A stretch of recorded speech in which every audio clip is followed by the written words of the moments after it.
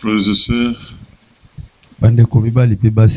partout où vous êtes, nous vous saluons tous dans le précieux nom de notre Seigneur et Sauveur Jésus-Christ.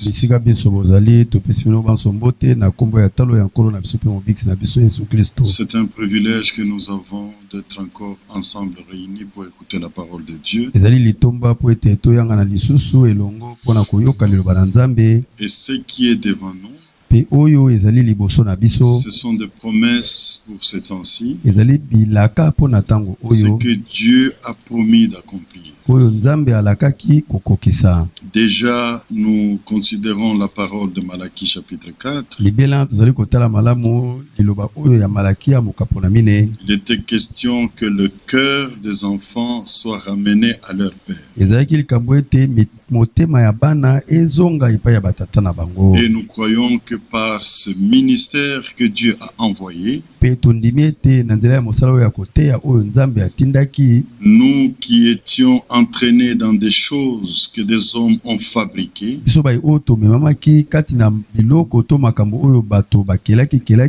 Dieu, dans son amour et dans sa fidélité, nous a ramenés aux fondements antiques.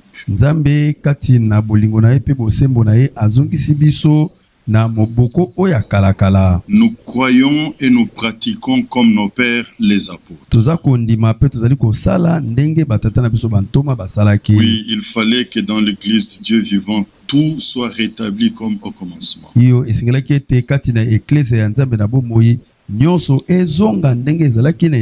D'abord, la parole devait être rétablie. Et avec cela, les expériences du commencement aussi prennent place. Parce qu'il est inconcevable de prêcher la parole qui était au commencement, mais que les expériences qui étaient au commencement soient absentes. Au commencement, ils ont prêché Jésus-Christ. Et par le même Saint-Esprit envoyé du ciel, des cœurs ont été vivement touchés. Des hommes et des femmes se sont repentis. Et ceux qui ont obéi se sont laissés baptiser dans le nom du Seigneur. Ils ont reçu le pardon de péché. Ils ont expérimenté la conversion. Ils ont reçu la manifestation de la nouvelle vie, la vie de Dieu. Christ lui-même s'est manifesté en eux. Ils ont expérimenté le baptême du Saint-Esprit. Ils ont expérimenté le scellement de l'Esprit. Ici, à la fin, le Seigneur veut faire plus que ce qui a été fait au commencement. C'est que si nous lisons dans les livres du prophète Agé, au chapitre 2, ici, nous lisons ces précieuses paroles. Agé, au chapitre 2. On peut commencer au chapitre 1er d'abord. Regardez au verset 12. Zorobabel, fils de Shalatiel. Josué, fils de Josadak, le souverain sacrificateur. Et tout le reste du peuple entendirent la voix du Seigneur, leur Dieu, et les paroles d'Agé le prophète, qui n'a pas prêché de son propre chef, mais qui a prêché selon l'ordre que Dieu lui avait donné. Et le peuple fit saisi de crainte devant le Seigneur. Il s'agissait d'un mandat divin. Et la parole était prêchée par ordre, par mandat. Et tous ceux qui ont pris part à cela, qui ont écouté la parole de Dieu, l'Écriture dit, le peuple fut saisi de crainte devant le Seigneur. Et au verset 13, Agé envoyé du Seigneur dit au peuple d'après l'ordre du Seigneur.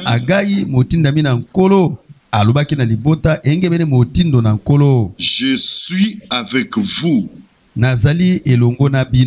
dit le Seigneur. Frères et sœurs, quand la parole est prêchée sur ordre de Dieu, par un mandat divin, il ne s'agit plus d'un programme dans une assemblée locale, mais c'est un programme conformément au plan du salut de Dieu. Et cela touche au-delà d'une assemblée locale. Et Dieu accomplit une œuvre planétaire. Dieu est en train de faire des choses merveilleuses parmi nous. Et là, au chapitre 2, ici au verset 3, j'aime de telles interrogations. La manière dont l'Écriture l'annonce, c'est pour que tous les prétentieux comprennent. Les efforts personnels n'ont pas de la place ici. Quel est parmi vous le survivant qui a vu cette maison dans sa gloire première? Et comment la voyez-vous maintenant? S'il faut comparer l'église telle qu'elle était au commencement et telle qu'elle est aujourd'hui, non, on voit qu'elle n'est pas vraiment comme elle était au commencement. Nous avons reçu la parole restaurée. Mais nous-mêmes qui écoutons la parole, Dieu doit rétablir son église. Nous ne partirons pas comme ça. Alors lorsque nous voyons que ce n'est pas comme c'était avant, dans de pareilles circonstances, l'Église n'a pas besoin de paroles de découragement. Mais l'Église a besoin d'entendre les promesses de l'âge, d'entendre les résolutions divines. Qu'est-ce que Dieu a résolu de faire? Alors, lorsque nous écoutons cela, nous sommes tous fortifiés parce qu'il y a des résolutions divines. Et nous disons, Dieu accomplira, exécutera pleinement tout ce qu'il a et promptement, pleinement et promptement, tout ce qu'il a résolu de faire sur la terre. Alors vous qui voyez qu'il y a des différences, vous voyez la situation actuelle par rapport à la situation d'avant, c'est comme rien. C'est vrai. C'est vrai. Mais ne vous découragez pas. Maintenant, fortifie-toi, Zorobabel, dit le Seigneur. Fortifie-toi, Josué, fils de Josadak, fortifie-toi, peuple entier du pays, dit le Seigneur, et travaillez. On ne vous demande pas ici de transpirer. ou des efforts physiques, le travail que nous devons produire, c'est de croire à notre Seigneur Jésus-Christ et de recevoir toutes les promesses et de faire pleinement confiance à Dieu. Travaillez, car je suis avec vous. Dit le Seigneur des armées. Je reste fidèle à l'alliance que je fais avec vous quand vous sortez de l'Égypte, et mon esprit est au milieu de vous. Gloire à Dieu. Dans la nouvelle alliance promise, le Seigneur Dieu dit, je mettrai mes lois au-dedans de vous. Si nous disons Amen à cette parole, c'est parce que la parole de Dieu est en nous. Elle est écrite au-dedans de nous. Non, ce n'est pas l'évangile de Légion Maria qui est en nous. De même que Dieu a promis, je mettrai mes lois au-dedans d'eux, je les écrirai dans leur cœur. C'est ça la réalité pour chaque véritable croyant. La parole de Dieu est au-dedans de nous. Elle est écrite sur nos cœurs. Par l'exercice de véritables dons, quand la parole est prêchée, c'est la lettre du Christ qui est écrite sur nos cœurs. Donc c'est lui qui parle d'abord. En lui, c'est la lettre de Christ. Donc ce qui est en toi, c'est ce que tu communiques. Et ceux qui écoutent sont comme ceux qui contemplent. Dans l'image qui est donnée, il contemple la gloire de Dieu. Et ceux qui contemplent dans la prédication, ils sont tous transformés en la même image. Que Dieu soit loué. De même qu'il a dit, je mettrai mes lois au-dedans d'eux, je les écrirai dans leur cœur. Nous pouvons dire, merci Seigneur, car ainsi que tu l'as promis, ta parole est au-dedans de lui. Et il dit, je serai leur Dieu et ils seront mon peuple. C'est ça la réalité. Nous sommes le peuple qui a fait alliance avec notre Seigneur par les sacrifices. Et c'est nous qui écoutons ces derniers appels à sortir. Comme notre père Abraham, nous obéissons, nous sortons. Et nous faisons de glorieuses expériences. Tous ceux qui obéissent et qui sortent, ils expérimentent le pardon de leurs péchés. Ils expérimentent la conversion, la réconciliation, la nouvelle vie. Christ lui-même se manifeste en nous. La même vie de Dieu, la même vie de Dieu, elle se manifeste en nous. Et par la grâce de Dieu, nous participons à sa nature divine. Et en vertu de cette alliance, nos péchés sont oubliés. Nos iniquités sont pardonnées. Et il ne se fatigue pas. Nous voulons prendre Dieu au mot. Nous ne voulons pas nous charger des choses dont Christ s'est déjà chargé. Nous étions tous comme des brebis errantes. Mais le Seigneur Dieu a fait tomber sur nous l'iniquité de nous tous.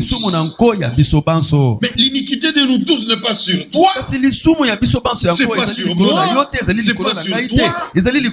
Ce jour-là au Calvaire, le Seigneur Dieu a mis sur lui l'iniquité de nous tous.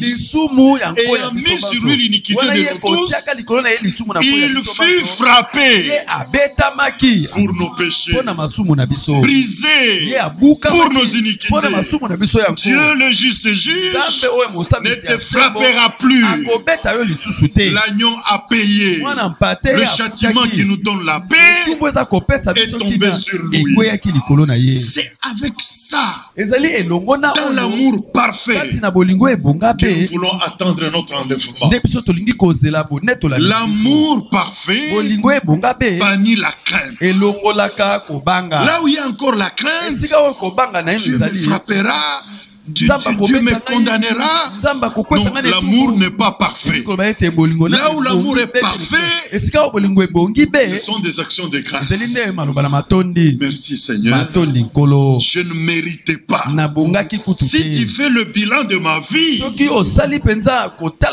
je mérite la mort. Mais dans ton amour, tu as jeté dans la mer. Tu as effacé mes péchés. Tu as jeté mes transgressions dans la mer d'oubli. Tu ne m'impites plus rien. Alors avec Job, nous pouvons dire: j'ai péché. C'est un cantique de racheter. J'ai péché, mais je n'ai pas été châtié comme je le méritais. Donc il faut accepter cela et comprendre que le travail de notre Seigneur Jésus-Christ à Golgotha n'était pas vain. C'était pour ton rachat. C'était pour mon rachat. Il payait le prix de notre rachat. Dieu nous a rachetés en Christ. Le prix a été payé. Nous sommes pardonnés. La réconciliation est parfaite. Dieu ne nous impute plus notre péché. Dieu ne nous impute plus l'iniquité. Et nous disons avec David: heureux l'homme à qui le Seigneur n'impute pas son péché. Ça ne veut pas dire qu'il n'a pas fauté. Il a fauté. Mais Dieu, dans son amour, ne lui compte pas cela. C'est avec de tels cœurs que nous devons attendre le Seigneur Jésus-Christ. Et c'est lui qui est pardonné. Il a entendu cet ordre du Seigneur. Car le Seigneur a ordonné. Moi non plus, je ne te condamne pas. Va et ne pêche plus. Là où il y a le pardon, on ne retourne plus dans ces choses-là. C'est une vie qu'on reçoit, une vie qui vient de Dieu, une vie qui a sa nature, qui ne se plaît pas dans le mal, mais qui prend plaisir à se soumettre à la loi de Dieu, à la méditer. Donc dans l'amour parfait, nous devons nous débarrasser de tout doute, de toute crainte, et dire: je ne serai pas condamné,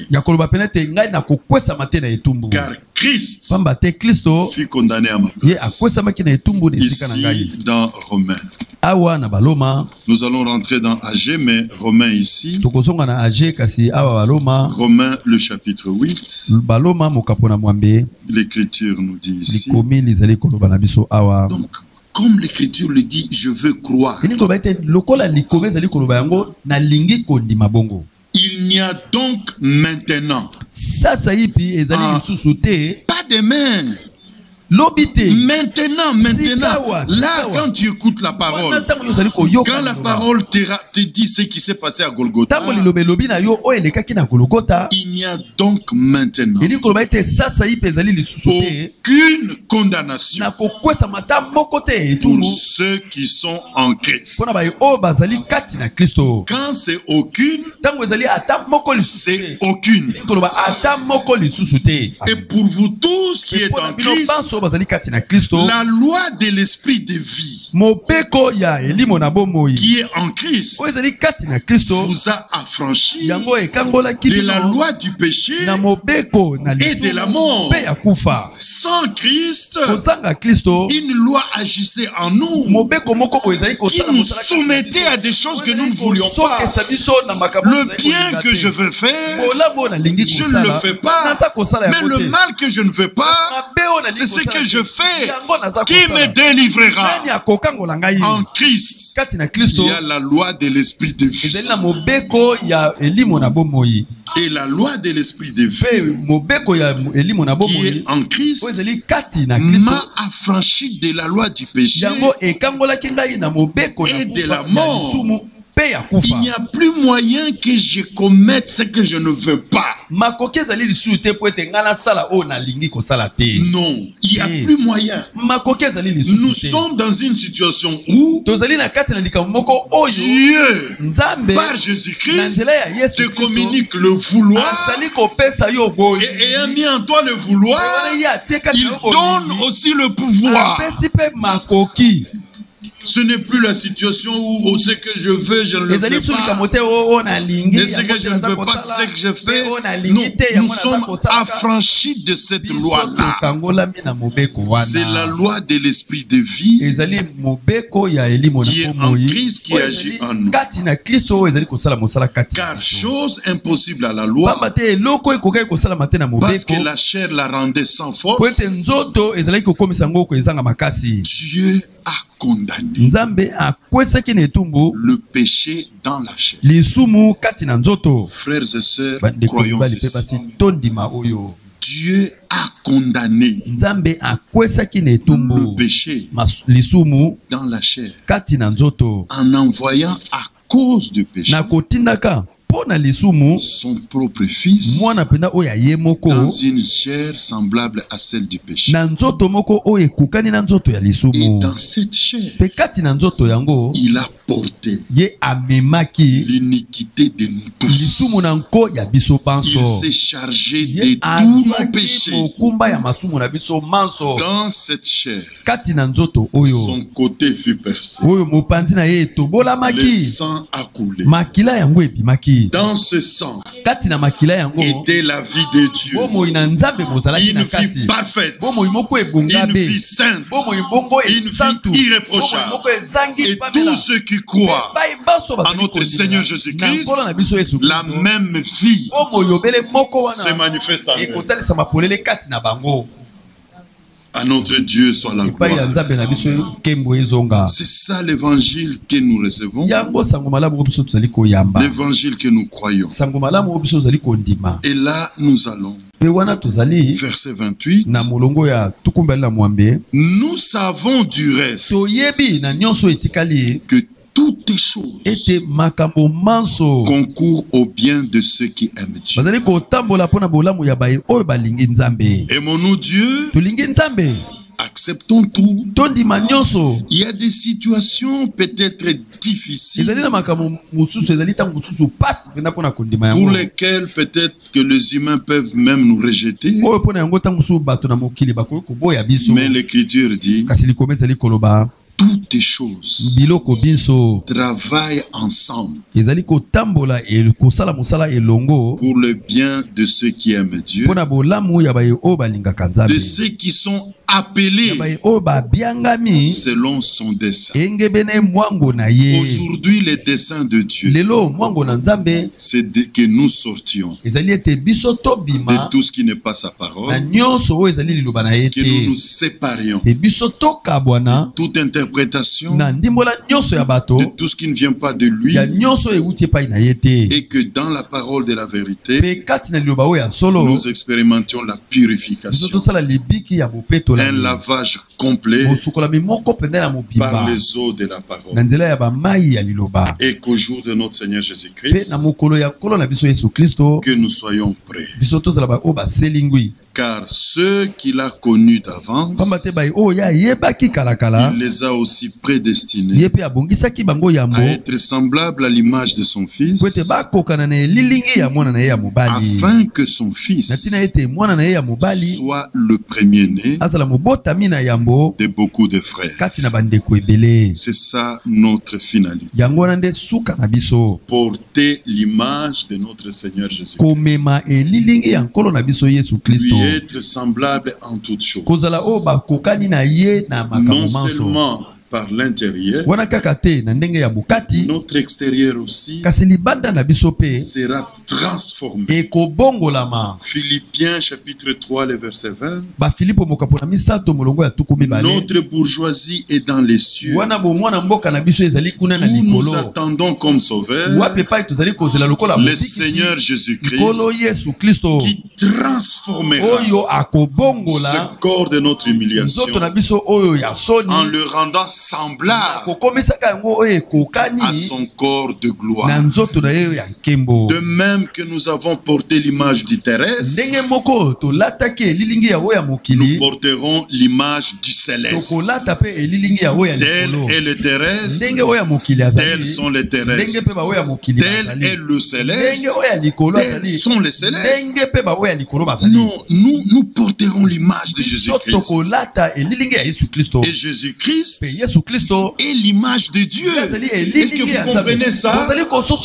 Le centre de la pleine manifestation de Jésus-Christ, de Dieu, c'est Jésus-Christ. Dieu s'est pleinement manifesté en Christ. Car Christ est le mystère de Dieu. Tout ce qui est de Dieu, Christ l'a fait connaître. La pleine manifestation, la pleine représentation. Si bien que Christ pouvait dire, c'est lui qui me voit, voit le Père. Amen. Le Fils est l'image du Dieu invisible. Nul n'a vu Dieu. Personne ne peut voir Dieu. Dieu est invisible. Il habite dans sa plénitude d'esprit et de lumière. Il habite dans une lumière inaccessible que nul n'a vu et ne peut voir. Mais le Fils est l'image, donc la manifestation visible du Dieu invisible. C'est lui qui voit le Fils, voit le Père. Mais regardez, ça ne s'est pas limité là. Le but final, c'était pas la manifestation du Père dans le Fils. Si le Père s'est manifesté dans le Fils, c'est pour que le Fils se manifeste pleinement dans ses frères. Amen. Alléluia. C'est ça, bien-aimé. En Jésus-Christ, nous porterons cette image de gloire. Nous lui serons semblables. Et Dieu a voulu ainsi. Et dans l'éternité, non, ça ne sera pas encore le Fils de Dieu. Non, non. Il n'y aura plus de manifestation du Père dans le Fils. Mais Dieu sera tout en tous. C'est un plan merveilleux. Nous ne sommes pas des gens qui ont mendier. Oh Dieu, souviens-toi de moi dans ton plan. Non, non. Nous étions en lui avant la fondation du monde. Le plan est incomplet. Sans moi, sans toi, le plan est incomplet. Que Dieu soit loué. Nous sommes une partie de ce plan-là. Et Dieu a voulu que les choses soient ainsi. Et ceux qu'il a prédestinés, il les a aussi appelés. Que tous ceux qui ont répondu à l'appel aujourd'hui disent Amen. Il nous a appelés. Nous avons entendu ce dernier appel à sortir. Nous avons obéi et nous sommes sortis. Et ceux qu'il a appelés, il les a aussi justifiés. Alléluia. Nous avons reçu cette grâce par notre Seigneur Jésus-Christ. Nous qui avons été appelés par Dieu, il nous a justifiés. Justifier veut dire quoi? Dieu te regarde. Dieu me regarde comme n'ayant jamais péché. La rédemption en Christ nous a placés dans la position où l'homme était avant la chute. Devant Dieu, nous sommes considérés comme n'ayant jamais péché. Comment ne pas louer Dieu? C'est avec assurance, avec certitude, avec action de grâce, avec joie que nous attendons le retour de Jésus. Quand il descend, nous partons parce que nous ne sommes pas destinés à la colère. Nous ne resterons pas pour la colère. Il descend, nous partons, il nous amènera dans la gloire. Il a été fait justice pour nous. Dieu nous voulait juste. Il a fait de lui justice pour que nous soyons justes. Non pas par nous-mêmes. Cette vie qui a été donnée au travers des souffrances, c'est la vie du juste. Dieu ne t'a pas demandé de te débrouiller pour être juste. Tu n'y parviendras pas. Israël cherchait la loi de justice, mais il n'y est pas parvenu. Mais les élus l'ont atteint par la foi. Nous sommes justes par la foi. C'est qu'il est. Dieu nous l'a donné par la foi. Alors vient la question verset 31. Que dirons-nous donc à l'égard de ces choses? Si Dieu est pour nous, qui sera contre nous? Lui qui n'a point épargné son propre fils. Comprenez la profondeur de l'écriture. Dieu n'a pas épargné son propre fils, mais il l'a livré pour tous. Comment ne nous donnera-t-il pas aussi toutes choses avec lui? Imaginez-vous. Seigneur, j'ai besoin d'une maison. Seigneur, j'ai besoin d'une voiture. Seigneur, j'ai besoin. Et quand tu ne vois pas, oh, Kolo Kanisanga. Oh, Kolo, pense à moi. C'est comme si tu n'entends pas ma prière. Je vais terminer mon pèlerinage locataire. Mais jamais tu n'as passé nuit dehors. Jamais. Tu te retrouves dans la précarité. Tu penses qu'on va te déguerpir, mais on ne te déguerpit pas. Et tu te tourmentes. Mais Seigneur, je ne veux plus vivre ces choses. Je veux une maison. Je veux. Mais depuis que je prie, c'est comme si tu n'entends pas.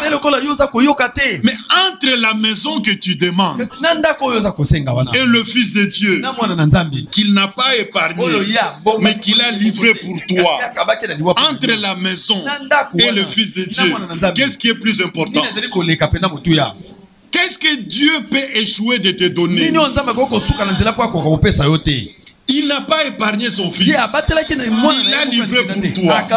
Et la maison, par Jésus-Christ, nous avons tout. Amen. Nous marchons par des voies déjà frayées. Et il veut que nous passions par là. Amen. Il veut que nous apprenions dans notre marche à crier toujours: Père, si tu n'interviens pas dans cette situation, je suis fini. Je suis un père de famille. J'ai besoin du travail. Je dois nourrir mes enfants. Je dois les faire étudier. Ça, ce sont des préoccupations que tu as. Mais jamais vous n'êtes... Donc jamais vous ne passez nuit affamée, vous restez sans manger. Et si cela est arrivé, vous ne mourrez pas. Est-ce qu'on a déjà enterré quelqu'un parmi nous? Il est mort parce qu'il n'a pas mangé. Il prend soin de nous. Il est là. Il veut que nous passions par là. On a l'impression qu'on va tomber. On sera fini. Mais une main sûre nous conduit et nous fait marcher. Et nous fera entrer dans la gloire. C'est ce que Dieu fait. C'est comme ça qu'il marche avec nous. Faisons-lui confiance. Lui qui n'a point épargné son propre fils, comment ne nous donnera-t-il pas toutes choses? Avec lui, qui accusera les élus de Dieu? C'est Dieu qui justifie. Il nous a déjà déclaré juste. Qui les condamnera? Mais à ta place, Christ est mort. Bien plus, il est ressuscité. Et encore, il est à la droite de Dieu. Il ne sommeille pas. Il ne dort pas. Il intercède pour nous. Il voit tout. Il connaît notre situation. Il intercède pour nous. Pourquoi nous inquiéter? Dieu a déjà tout arrangé. Et entre nous, on n'a pas assez rentré dedans. Non, non. Tout, il a arrangé à Golgotha. C'est lui pour qui le Seigneur a arrangé n'a pas des choses contre les autres. Mais celui qui a des choses contre les autres, il a besoin d'aller à Golgotha. Il a besoin de faire des expériences avec le Seigneur. Qui nous séparera de l'amour de Dieu? Qui nous séparera de l'amour de Christ? Sera-t-il la tribulation, ou l'angoisse, ou la persécution, ou la faim, ou la nudité, ou le péril, ou l'épée? Toutes ces choses-là, on peut passer dans ces choses, mais elles ne nous sépareront point de l'amour de Dieu manifesté en Christ. Et ne disons jamais: Seigneur, pourquoi les choses sont ainsi? Laissons les pourquoi aux autres. Mais pour toi, à Golgotha, il a déjà dit pourquoi. Mon Dieu, pourquoi tu m'as abandonné? Mais c'est toi qui étais abandonné. C'est toi qui étais séparé. Il a pris ta place. Mais aujourd'hui, étant réconcilié, il est avec nous. Il prend soin de tout. Il contrôle tout. Verset 37. Mais dans toutes ces choses, nous sommes plus que vainqueurs par celui qui nous nous a aimés. Car j'ai l'assurance que ni la mort, ni la vie, ni les anges, ni les dominations, ni les choses présentes, ni les choses à venir, ni les puissances, ni la hauteur, ni la profondeur, ni aucune autre créature ne pourra nous séparer de l'amour de Dieu manifesté en Christ, notre Seigneur. Et cet amour nous amène dans la gloire. Que Dieu soit loué. Il a tout fait, il a tout préparé, et il est là, il nous donne tout ce qui est nécessaire pour que nous fassions de véritables expériences et que nous lui fassions confiance. Ce n'est plus le temps de dire est-ce qu'il le fera. Bon, je ne sais pas. Non, c'est le temps de dire merci Seigneur, tu as parlé, tu le feras. Que Dieu soit loué. Mais si nous rentrons dans Agé, dans Agé pour terminer, ici ce sont des promesses qui nous rassurent. Nous sommes le peuple de l'alliance. Dieu a fait avec nous alliance par le sacrifice en notre Seigneur Jésus-Christ. Et cette alliance est scellée par le sang de Jésus-Christ. Amen. Il dit, je reste fidèle à l'alliance que j'ai faite avec vous. Quand vous sortîtes de l'Égypte, et mon esprit est au milieu de vous, ne craignez pas. Amen. Je le répète encore avec l'apôtre Jean, l'amour parfait bannit la crainte. Là où il y a la crainte du châtiment, l'amour n'est pas parfait.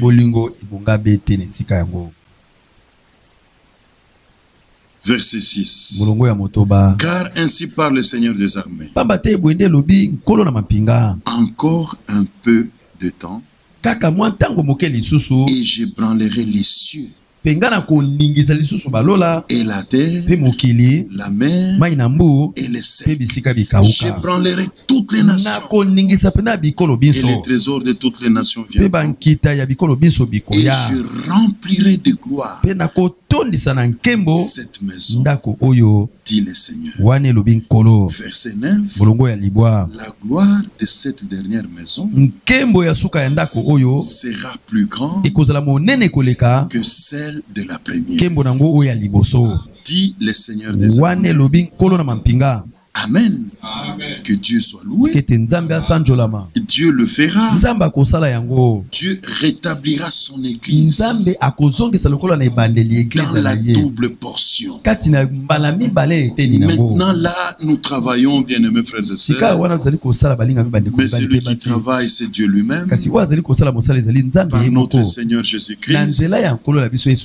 Là, ce sont les dernières touches. Ce sont les dernières touches. Nous laissons le travail à Dieu. Ce n'est pas le temps de se faire des prétentions. Non. Nous ne sommes pas capables de quoi que ce soit par nous-mêmes. Notre capacité vient de Dieu. Amen. Ne vous laissez pas tomber dans le jeu de nous, les prédicateurs. Ne le faites pas. Respectez chaque instrument entre les mains du Seigneur. Il n'y a pas de grands prédicateurs et de petits prédicateurs. Mais chaque ministère, chaque don a de l'importance là où Dieu l'a placé. Et tout le monde ne fera pas la même chose. Quand nous commençons à envier les places des autres, remarquez qu'il y a quelque chose qui ne va pas. Ne tombez pas dans notre jeu. Et je dis, Seigneur, fais-moi grâce que je ne me retrouve pas dans ces jeux-là. Nous sommes des ministres qualifiés. Mais quand nous commençons le nous, c'est par rapport à. Maintenant, vous les qualifiez. Et les non qualifiés. Selon vous. Qui travaille en vous tous. Si c'est Christ qui travaille, c'est pas frère Franck. Ce n'est pas frère Déo. C'est pas frère Roger. C'est Christ qui travaille. Amen.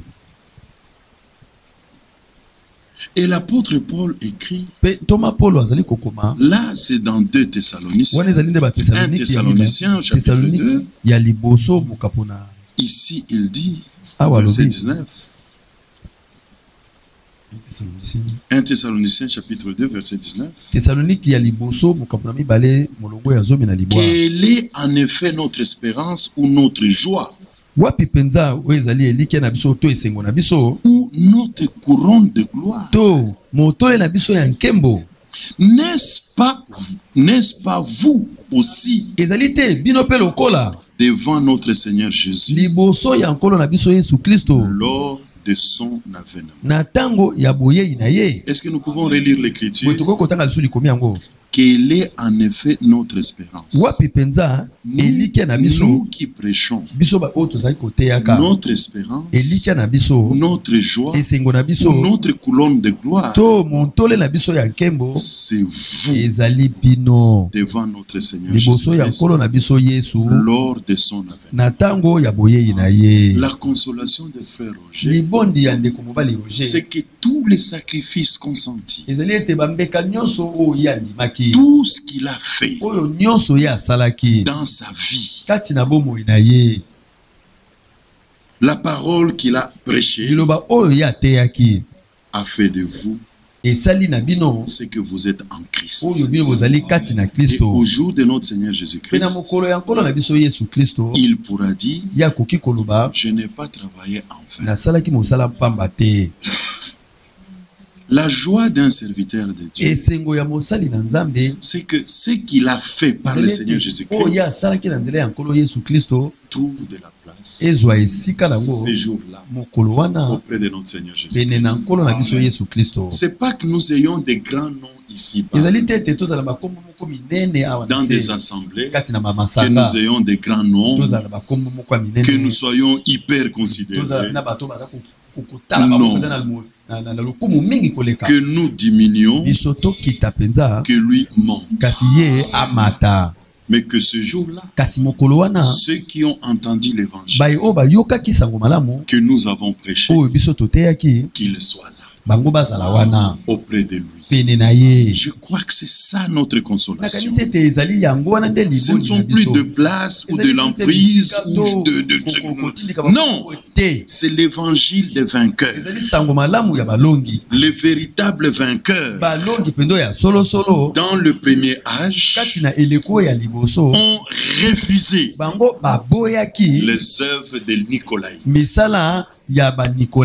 Et dans le troisième âge, ils ont refusé la doctrine de Nicolaï. Nous aussi, tout ce qui tend à dominer le peuple, nous le refusons. Tout ce qui tend à créer un réseau, un système, nous le refusons. Chacun doit rester là où Dieu l'a placé, qu'il le serve là, et il rendra compte au Seigneur de la charge que le Seigneur lui a confiée. Si je viens ici, c'est parce que je suis invité. Mais c'est lui qui répondra. Ce sont ceux que Dieu a établi ici. Et je viens avec du respect. Pas pour détruire. Parce que si je détruis, est-ce que je prendrai leur place? On doit servir le Seigneur aujourd'hui avec la crainte totale. Non pas participer à la destruction, mais à l'édification. Ici, dans 1 Corinthiens chapitre 4, nous lisons ceci. Ainsi, au verset 1er, ainsi, qu'on nous regarde comme des serviteurs de Christ et des dispensateurs des mystères de Dieu. Du reste, ce qu'on demande des dispensateurs, c'est que chacun soit trouvé fidèle. Si nous allons au chapitre 3, verset 21, que personne donc ne mette sa gloire dans des hommes. Est-ce qu'on peut tous dire Amen? Que personne ne mette sa gloire dans des hommes. Même dans les réseaux sociaux. Ne faites pas la promotion des prédicateurs.